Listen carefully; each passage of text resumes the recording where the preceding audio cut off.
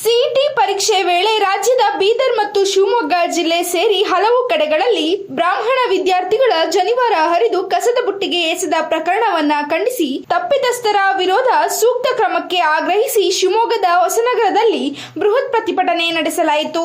ತಾಲೂಕು ಬ್ರಾಹ್ಮಣ ಮಹಾಸಭಾ ಅಧ್ಯಕ್ಷ ಡಾಕ್ಟರ್ ರಾಮಚಂದ್ರ ರಾವ್ ನೇತೃತ್ವದಲ್ಲಿ ಗಾಯತ್ರಿ ಮಂದಿರದಿಂದ ತಾಲೂಕು ಕಚೇರಿವರೆಗೆ ಪ್ರತಿಭಟನೆ ನಡೆಸಲಾಯಿತು. ಪಟ್ಟಣದ ಪ್ರಮುಖ ಬೀದಿಗಳಲ್ಲಿ ಜಾಥಾ ನಡೆಸಿ ಪ್ರತಿಭಟನೆ ನಡೆಸುವ ಮೂಲಕ ರಾಜ್ಯಪಾಲರಿಗೆ ಮನವಿ ಸಲ್ಲಿಸಿದರು.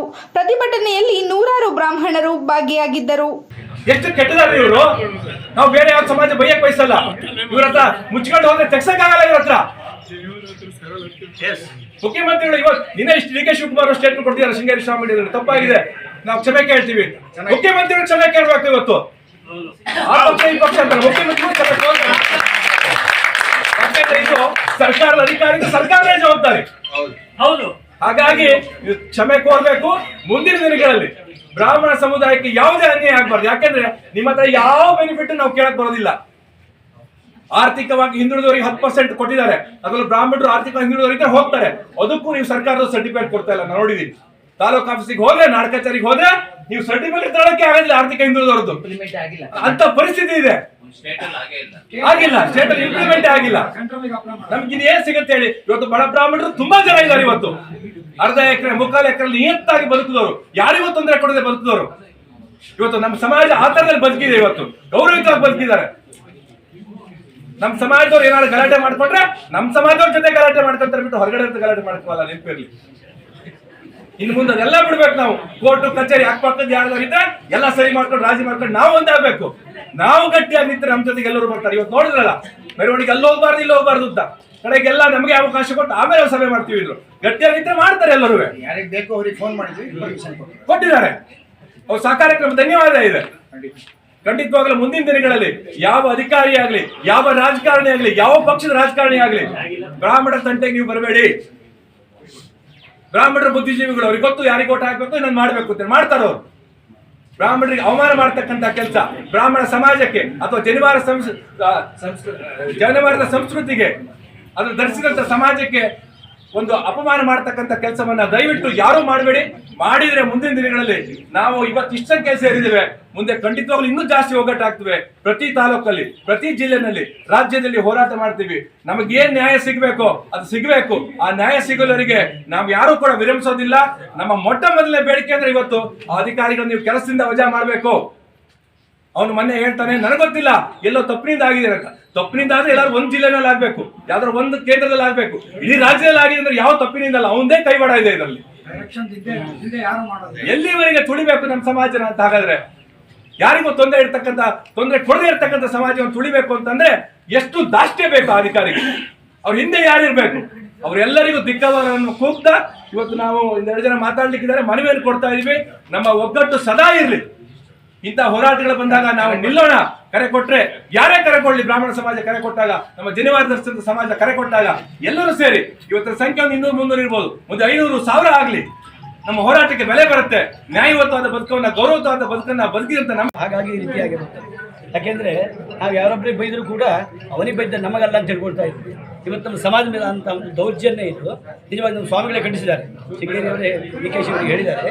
ಆದ್ರಿಂದ ನಾವೆಲ್ಲ ಒಟ್ಟಾಗಿದೆ ಹೋದ್ರೆ ಮಾಮೂಲಿ ಆಗ್ಬಿಡುತ್ತೆ. ಯಾಕೆಂದ್ರೆ ಪ್ರತಿಯೊಂದಕ್ಕೂ ನಾವು ಬೇಕು. ಈಗ ಗಣಪತಿ ಪೂಜೆ ಮಾಡ್ಬೇಕಾದ್ರೆ ಭಟ್ರು ಬೇಕು. ಜನರು ಹಾಕ್ತಿದ್ರೆ ಭಟ್ರಿಗೆ ಬರ್ಲಿಕ್ಕೆ ಬರೋದಿಲ್ಲ, ಅವನೇ ಮಾಡ್ಲಿಕ್ಕೆ ಬರೋದಿಲ್ಲ, ಅವ್ನು ಸೈಟ್ ತಗೊಂಡೇ ಮಾಡಬೇಕು. ದೊಡ್ಡ ಯಾಗ ಮಾಡ್ಬೇಕಾದ್ರೂ ಬ್ರಾಹ್ಮಣರು ಬೇಕು ಅಂತ ಉಚ್ಚ ಸ್ಥಾನದಿರುವಂಥ ನಮ್ಮನ್ನ ಹೇಳೋದು ತುಂಬ ಸಮಾಜಕ್ಕೆ ತುಂಬ ದುರದೃಷ್ಟಕರ. ಯಾಕೆಂದರೆ ಒಳ್ಳೆಯದಲ್ಲ, ಇದು ಕೆಟ್ಟ ಲಕ್ಷಣ, ಇದು ಹಾಗೆ ಅವಲಕ್ಷಣ. ಹಾಗಾಗಿ ದಯವಿಟ್ಟು ಯಾವ ಬಾಂಧವ ನಾವು ಜಾತಿ ಅಂತ ಹೇಳಬಾರ್ದು. ಆದರೆ ನಮ್ಮ ಧರ್ಮದ ಸಂಸ್ಕೃತಿ ಏನಿದೆಯಲ್ಲ, ಜನಿವಾರ ಮುಖ್ಯ. ಈ ಗಾಯತ್ರಿ ಉಪದೇಶ ನಾವೇನು ಮಾಡಿ ತಗೊಳ್ತೇವೆ, ಉಚ್ಚರಿಸ್ತೇವೆ, ಅದಕ್ಕೆ ಜನಿವಾರದಲ್ಲಿ ಹೇಳಲಿಕ್ಕೆ ಬರುವುದಿಲ್ಲ. ಗೊತ್ತಾಯ್ತಾ? ಅದೊಂದು ಸಂಸ್ಕಾರ ಆಗುವಂಥದ್ದು. ಆ ಸಂಸ್ಕಾರವನ್ನು ಅವರು ಹೇಳಿಸ್ತಾರೆ ಅಂತ ಆದರೆ ನಮ್ಮ ಧರ್ಮದಲ್ಲಿ ಆಗುವಂಥ ಒಂದು ಪ್ರಹಾರ ಇದು. ನಿಜವಾಗಿ ಇದನ್ನು ನಾವು ಖಂಡಿತವಾಗಿ ಖಂಡಿಸಬೇಕು. ಎಲ್ಲ ಬ್ರಾಹ್ಮಣ ಬಾಂಧವರು ಕೂಡ ಒಟ್ಟಾಗಿ ಇನ್ನು ಯಾರಿಗೇ ಹೇಳಿ, ಯಾವುದೇ ಒಂದು ಸಣ್ಣ ವ್ಯಕ್ತಿ ಹೇಳಿ ಕೂಡ ನಾವು ಅದನ್ನು ಯೋಚನೆ ಮಾಡಬೇಕು. ನಮ್ಮ ಧರ್ಮದ ಅವ್ರು ತಿಳ್ಕೊಂಡಿರ್ಬೋದು ಬ್ರಾಹ್ಮಣರು ಸಂಯಮ ಜಾಸ್ತಿ ಇದೆ, ಅವ್ರು ಏನು ಮಾತಾಡೋದಿಲ್ಲ ಅಂತ. ಬ್ರಾಹ್ಮಣರು ಒಗ್ಗಟ್ಟಾದರೆ ಹಿಂದೆ ಸುಮಾರು ಋಷಿಮುನಿ ಕಾಲದಲ್ಲೂ ಗೊತ್ತಾಗಿದೆ ಬ್ರಾಹ್ಮಣರು ಒಟ್ಟಾದ್ರೆ ಏನಾಗ್ತಿದೆ ಅಂತ ಹೇಳ್ಬೋದು. ದಯವಿಟ್ಟು ಹೌದೌದು, ಅದು ಏನು ಬೇಕಾದ್ರೂ ಆಗ್ಬೋದು. ಅದರಿಂದ ಆ ಶಕ್ತಿ ಇದೆಯಲ್ಲ, ಬ್ರಹ್ಮಶಕ್ತಿ, ಬ್ರಹ್ಮದೇವೋ ಬಲಂ ಬಲಂ ಅಂತ ವಸಿಷ್ಠ ಹೇಳಿದ್ದಾರೆ. ಹಾಗಾಗಿ ಅದನ್ನ ಯಾರು ಹೇಳುವಂತ ಯೋಚನೆ ಮಾಡಲೇಬೇಡಿ. ಖಂಡಿತ ಸಮಾಜಕ್ಕೆ ತೊಂದರೆ ಇದೆ, ಬ್ರಾಹ್ಮಣರಿಗೆ ಅಂತಲ್ಲ, ಸಮಾಜಕ್ಕೆ ತೊಂದರೆ. ದಯವಿಟ್ಟು ಇದನ್ನೆಲ್ಲ ಬ್ರಾಹ್ಮಣರೆಲ್ಲ ಒಗ್ಗಟ್ಟಾಗಿ ಬೆಳೆಸೋಣ ಅಂತ ಹೇಳಿ ನಿಮ್ಮನ್ನು ಪ್ರಾರ್ಥನೆ ಮಾಡ್ಕೊಳ್ತಾ ಬ್ರಾಹ್ಮಣ ಸಮಾಜ ಅವಮಾನ ಇದೆಯಲ್ಲ, ಇದು ಬರೀ ಬ್ರಾಹ್ಮಣ ಸಮಾಜಕ್ಕಷ್ಟೇ ಅಲ್ಲ, ಜನವಾರ ಹಾಕಿದ ಪ್ರತಿಯೊಬ್ಬ ಸಮಾಜಕ್ಕೂ ಆದ ಅವಮಾನ. ಏನು ಯಜ್ಞೋಪವೀತ ಹಾಕಿರ್ತಾರೆ, ಗಾಯತ್ರಿ ಉಪದೇಶ ಪಡೆದಿರ್ತಾರೆ, ಅದಕ್ಕೆ ಇದು ಮಾಡಬೇಕು, ಅದನ್ನು ಖುದ್ದು ಮಾಡಿ ಆ ಸಮಾಜವನ್ನು ಹೊಡಿಬೇಕು. ಅದರಿಂದ ಸಂಘಟನೆಯನ್ನು ಹೊಡೆದಾಗ ನಮ್ಮ ಶಕ್ತಿ ಮತ್ತು ನಾವು ಎಲ್ಲಿ ಬೇಕಾದ್ರೂ ಹೋಗಿ ಮಾಡ್ಬೋದು ಅನ್ನೋ ಉದ್ದೇಶ ಸರ್ಕಾರ ಮತ್ತು ಈ ವಿರೋಧಿ ರೀತಿಯ ಇರುವ ಮಾನಸಿಕ ಸ್ಥಿತಿ ಇರುವ ಅಧಿಕಾರಿಗಳು ಆಗುತ್ತಾರೆ. ಈ ಸಂದರ್ಭದಲ್ಲಿ ನಾವು ಜನವಾರ ಹಾಕಿದ ಎಲ್ಲ ಸಮಾಜದವರು ಕೂಡ ಸಂಘಟನೆಯಿಂದ ಏನು ಜನವಾರಕ್ಕೆ ಅವಮಾನ ಆಗಿದೆ ಆ ಅವಮಾನವನ್ನ ಕಡುವಾಗಿ ವಿರುದ್ಧವಾಗಿ ಪ್ರತಿಭಟಿಸಿ ಅವರ ವಿರುದ್ಧವಾಗಿ ನಮಗೆ ಆದ ಅವಮಾನವನ್ನು ಸರ್ಕಾರಕ್ಕೆ ಮುಗಿಸಿ ಯಾರಿಂದ ಈ ಅವಮಾನ ಆಗಿದೆ ಅಧಿಕಾರಿಗಳು ಮಾಡಿದರೆ ಅವರಿಗೆ ತಕ್ಕ ಶಿಕ್ಷೆ ಆಗಬೇಕು, ವಜಾಗೊಳಿಸಬೇಕು ಅಂತೇಳಿ ಜನವಾರ ಹಾಕಿದ ಎಲ್ಲ ಸಮಾಜದವರ ಮುಖಾಂತರ ಒಟ್ಟಾಗಿ ನಾವು ಸರ್ಕಾರಕ್ಕೆ ಒತ್ತಾಯಿಸ್ತಾ ಇದ್ದೀವಿ. ತಕ್ಷಣವೇ ನಮ್ಮ ಮನೆಯಲ್ಲಿ ಹೋಗ್ಬಿಟ್ಟು ಜನವಾರ ಹಾಕಿ ಅದನ್ನು ತಿಳಿಸಿದಂತ ಎಲ್ಲ ಅಧಿಕಾರಿಗಳಿಗೆ ಸಣ್ಣ ಪುಟ್ಟ ಅಧಿಕಾರಿಗಳನ್ನು ಸಸ್ಪೆಂಡ್ ಉಪಯೋಗ ಇಲ್ಲ, ಅದಕ್ಕೆ ಸಂಬಂಧಪಟ್ಟ ಉನ್ನತ ಅಧಿಕಾರಿಗಳನ್ನು ಸಸ್ಪೆಂಡ್ ಮಾಡಬೇಕು, ವಜಾ ಮಾಡಬೇಕು ಅಂತ ಹೇಳಿ ನಮ್ಮ ಈ ಸಂಘಟನೆ ಮುಖಾಂತರ ಕೇಳ್ಕೊಳ್ತಾರೆ. ಬಹಳ ದೊಡ್ಡ ಒಂದು ವಿಪರ್ಯಾಸ. ಯಾಕೆಂತ ಹೇಳಿದ್ರೆ ಈಗಾಗಲೇ ಅವಮಾನ. ಯಾಕಂದ್ರೆ ಬ್ರಾಹ್ಮಣ ಅಂದ್ರೆ ಎಲ್ಲ ಜನವರ ಹಾಕುವಂತ ಈ ಬ್ರಾಹ್ಮಣ ಮಹಾಸಭಾ ಇರ್ಬೋದು, ಗೌಡ ಸರಸ್ವತ ಬ್ರಾಹ್ಮಣ ಇರ್ಬೋದು, ವಿಶ್ವಕರ್ಮ ಬ್ರಾಹ್ಮಣ ಸಮಾಜ ಇರ್ಬೋದು, ಈ ತರದ ಎಲ್ಲ ಈಗ ಹೇಳಿದ್ರು ಕೃಷ್ಣಮೂರ್ತಿ ಎಷ್ಟೋ ಸಮಾಜದವರು ಜನವಾರ ಹಾಕ್ತಾರೆ, ನಮ್ಮ ಕ್ಷೇತ್ರದವರು ಹಾಕ್ತಾರೆ. ಇವರೆಲ್ಲರಿಗೂ ಒಂದು ನಾಳೆ ಇದು ಎಲ್ಲರಿಗೂ ಬರುವಂತ ಸಂದರ್ಭ, ಯಾರಿಗೂ ಬರ್ಬೋದು ಜನವಾರ, ಯಾರಾದ್ರೂ ತೆಗೆಸ್ಬೋದು. ಆದ್ರೆ ನಮ್ಮ ಮುರಳಿ ನಡೆದಾಗ ಅವರ ಮನಸ್ಥಿತಿ ಹೇಗಾಗ್ಬೋದು ಆ ಸಂದರ್ಭದಲ್ಲಿ. ಆದ್ರಿಂದ ಮುಂದೆ ಈ ತರ ಆಗ್ಬಾರ್ದು. ಎಲ್ಲ ಈ ತರದ ನೀವು ಏನ್ ಸಂಘಟನೆ ಮಾಡಿದ್ರಿ, ಈ ಜನವಾರ ಹಾಕಿದ್ರು ಎಲ್ಲರೂ ಬರ್ಬೇಕಂದ್ರೆ 1000 ಜನ ಸೇರ್ತಿದ್ರೆ ಅದು ಮುಂದಿನ ದಿನಗಳಲ್ಲಿ ಇಂತ ಹೋರಾಟ ಇಂತ ಹೋರಾಟ ಏನಾದ್ರು 5 ಗಂಟೆ ಒಳಗೆ ಅವ್ರು ಕ್ಷಮೆ ಕೇಳಲಿಲ್ಲ ಅಂತ ಆದ್ರೆ, ಸಸ್ಪೆಂಡ್ ಮಾಡಲಿಲ್ಲ ಅಂತ ಆದ್ರೆ ಮುಂದಿನ ಹೋರಾಟ ಆಗ್ಬೇಕಾದ್ರೆ ಎಲ್ಲಾ ಸಮಾಜದವ್ರನ್ನ ಒಗ್ಗೂಡಿಸಿ ದೊಡ್ಡದಾದಂತ ಒಂದು ಹೋರಾಟ ಮಾಡೋಣ ಅಂತ ಹೇಳ್ತಾ, ಬ್ರಾಹ್ಮಣ ಸಂಘದ್ದು ಅಂತ ಒಂದೀಗ ಹುಟ್ಟಾಕಿದ್ದೇವೆ ಅಂತಲ್ಲ, ಈ ಥರದ್ದು ಹಿಂದೂ ಸಮಾಜದಲ್ಲಿ ಆಗ್ತಾ ಇರೋದು ತಪ್ಪು. ಎಲ್ಲರಿಗೂ ಇದು ಹಿಂದೂ ಸಮಾಜಕ್ಕೂ ಬೇಕು ಅಂತ ನನ್ನ ಅನಿಸಿಕೆ. ಕರೆಕ್ಟ್. ಈ ಹಿಂದೂ ಸಮಾಜದಲ್ಲಿ ಎಲ್ಲರೂ ಜನವರ ಹಾಕಂತಾರೆ ಅಥವಾ ಶಿವದಾರ ಹಾಕಂತಾರೆ, ಅದು ಅವರವ್ರ ಇಚ್ಛೆ. ಈಗ ಶಿವದಾರದಲ್ಲಿ ಒಂದು ಮೆಟಲ್ ಇರುತ್ತೆ, ಈಗ ಅದನ್ನು ರಿಜೆಕ್ಟ್ ಮಾಡ್ಬೋದು ಏನಾದ್ರು. ಇದು ನಮ್ಮಲ್ಲಿ ಮೆಟಲ್ ಪೀಸು ಇರೋದಿಲ್ಲ ನಮ್ಮ ಜನವಾರದಲ್ಲಿ. ಈ ಗಂಟು ಒಂದು ಹಾಕಿರ್ತಾರೆ, ಅದು ದಾರುತ್ತೆ. ಇದನ್ನೆಲ್ಲ ಯಾಕೆ ಕೇಂದ್ರದಲ್ಲಿ ನಿಂತವ್ರು ಯಾರು ಅದನ್ನ ತಟ್ರು ಅಂತನೋ ಅಥವಾ ಬುದ್ಧಿವಂತರು ಅಂತ ನಮ್ಗೆ ಬೇಕಂತಾನೆ ಒಂದು ಕುಚೋದ್ಯ ಮಾಡ್ತಾ ಇದ್ದಾಗ ಕಾಣುತ್ತಿದೆ. ಇದು ಏನಂದ್ರೆ ಪ್ರೊಟೆಸ್ಟ್ ಮಾಡದೇ ಇದ್ರೆ ಇದಾಗೋದಿಲ್ಲ ಅಂತ ಅನ್ಸಿದ್ರಿಂದ ಇದೊಂದು ಪ್ರೊಟೆಸ್ಟ್ ಅಂತ ಮಾಡ್ತಾ ಇದ್ದೇವೆ.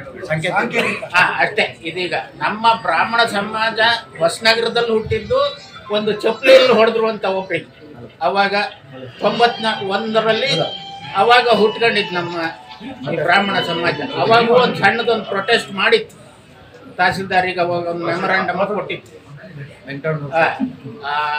ಅವಾಗ ಹುಟ್ಕೊಂಡಿದ್ದು. ಈಗ ಒಂದು ಪ್ರೊಟೆಸ್ಟ್, ಈಗ 36 ವರ್ಷದ ನಂತರ ಈಗ ಮತ್ತೊಂದು ಪ್ರೊಟೆಸ್ಟ್. ನಿಜವಾಗ್ಲೂ ಓದುವಂತ ವಿದ್ಯಾರ್ಥಿ ಎಷ್ಟು ಸೀರಿಯಸ್ ಆಗಿ ತಗೊಂಡಿರ್ತಾನೆ, ಅವನಿಗೆ ಎಂತಹ ದುಗುಡ ಇರುತ್ತೆ.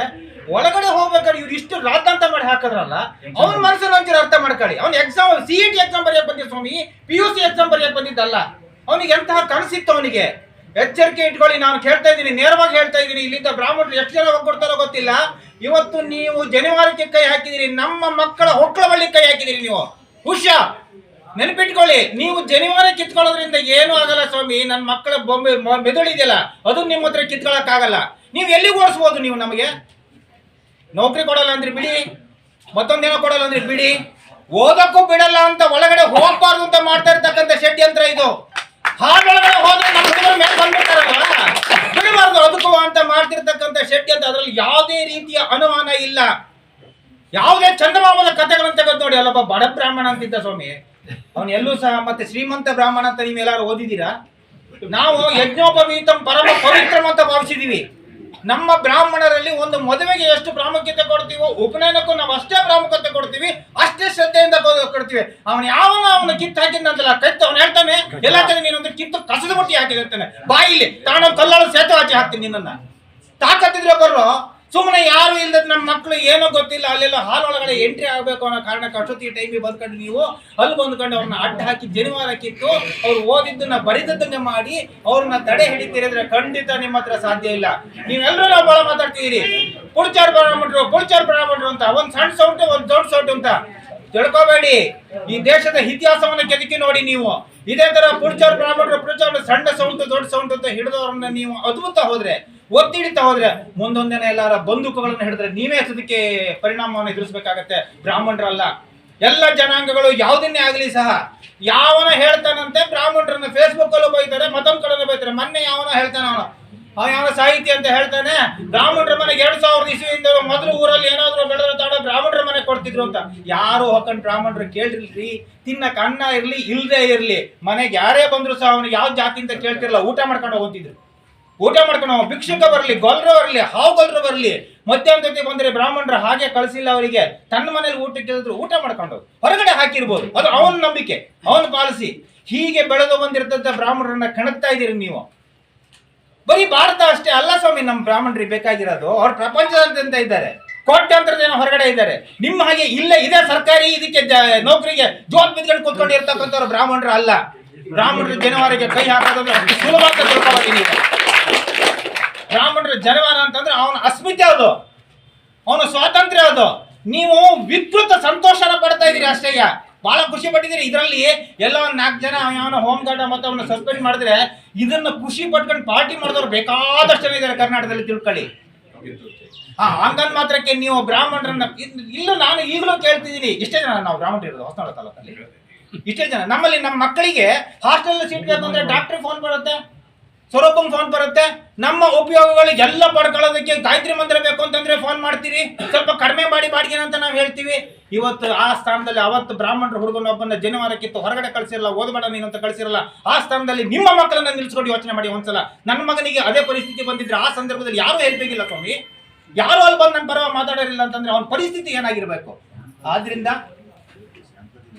ಆದ್ರಿಂದ ದಯವಿಟ್ಟು ಹೇಳ್ತಾ ಇದ್ದೀವಿ, ಇದೇ ರೀತಿಯ ಏನೋ ಬ್ರಾಹ್ಮಣರು ಅಂತಂದ್ರೆ ಬಯಸ್ಕೊಂಡಿರ್ತಾರೆ, ಬ್ರಾಹ್ಮಣ ಭೋಜನ ಪ್ರಿಯ, ಬ್ರಾಹ್ಮಣ ಪುಳುಚಾರು ಅಂತ ನೀವೇನಾರು ಅಂದ್ಕೊಂಡೆ ಕೂತ್ಕೊಂಡ್ರೆ ಎಲ್ಲ ಮನಸ್ಸುಗಳು ಸಹ ಬ್ರಾಹ್ಮಣ ಆದವನ ಎಲ್ಲರ ಮನಸ್ಸುಗಳು ಅದೇ ತರ ಇರಬೇಕಿಲ್ಲ. ಆ ತರದಲ್ಲಿ ಏನಾದ್ರೂ ಸಹ ಮುಂದಿನ ದಿನಗಳಲ್ಲಿ ಬ್ರಾಹ್ಮಣರಲ್ಲಿ ಇನ್ನೊಂದು ಪಂಗಡ ಹುಟ್ಕೊಂಡು ಅದು ಇದನ್ನೆಲ್ಲ ವಿರೋಧಕ್ಕೆ ನಿಂತ್ರೆ ಅದಕ್ಕೆ ಕಾರಣ ನೀವೇ ಆಗ್ತೀರಿ ಅಷ್ಟೇ ಹೊರತು ಬ್ರಾಹ್ಮಣರಲ್ಲ.